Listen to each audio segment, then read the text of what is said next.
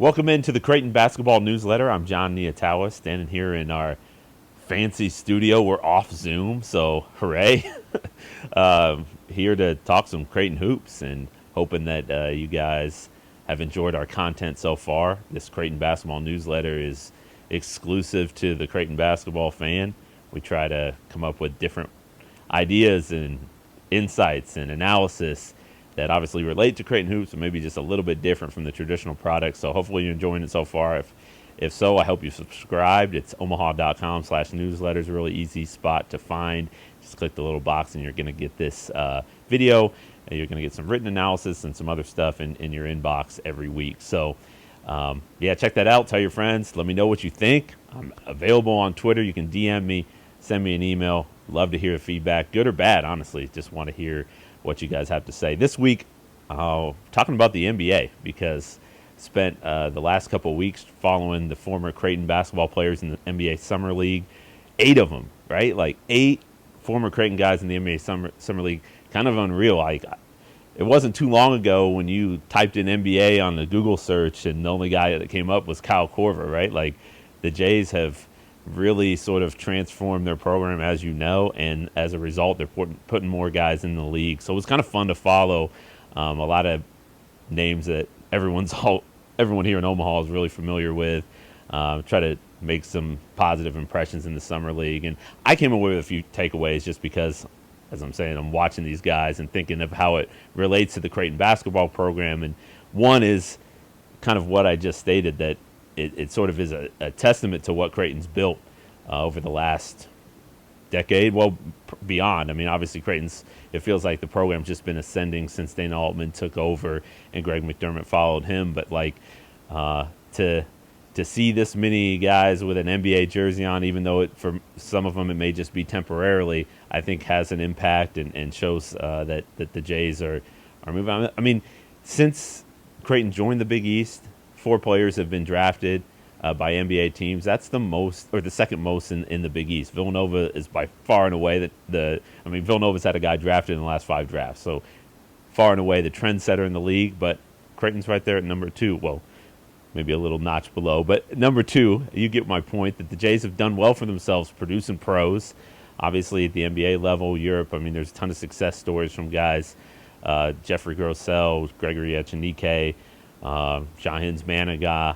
I mean, Justin Carter's been playing for ages, it seems, overseas. So it matters. I mean, not just for the fans to follow and enjoy some guys that used to watch in college, but on the recruiting trail. I mean, players today, they are looking for the best path to get them to the pros. And if you've got examples right in front of their faces of guys that have kind of would theoretically walk or have walked in the same shoes that they're about to, or could potentially walk in those shoes, I mean, that's a big deal.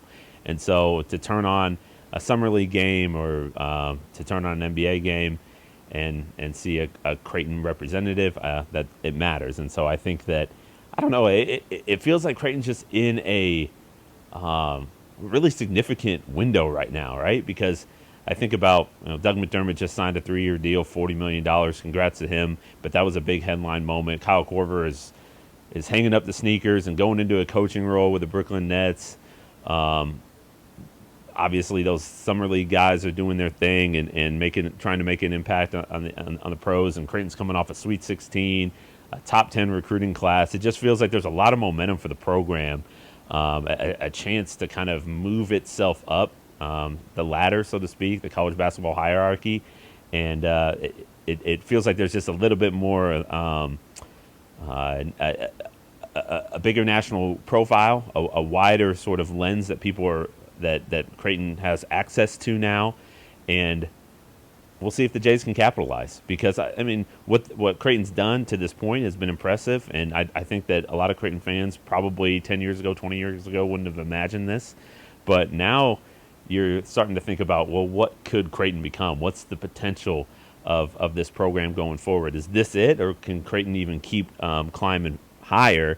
And that was sort of in my head as I'm watching these guys compete in the summer league, because it feels a little bit unprecedented, but it also doesn't seem, it's not that surprising given what Creighton's done on the basketball court. So we'll see, like how these guys sort of evolve, how their careers go. Mitch Ballock, Denzel Mahoney, Damian Jefferson, they're just fighting for a chance.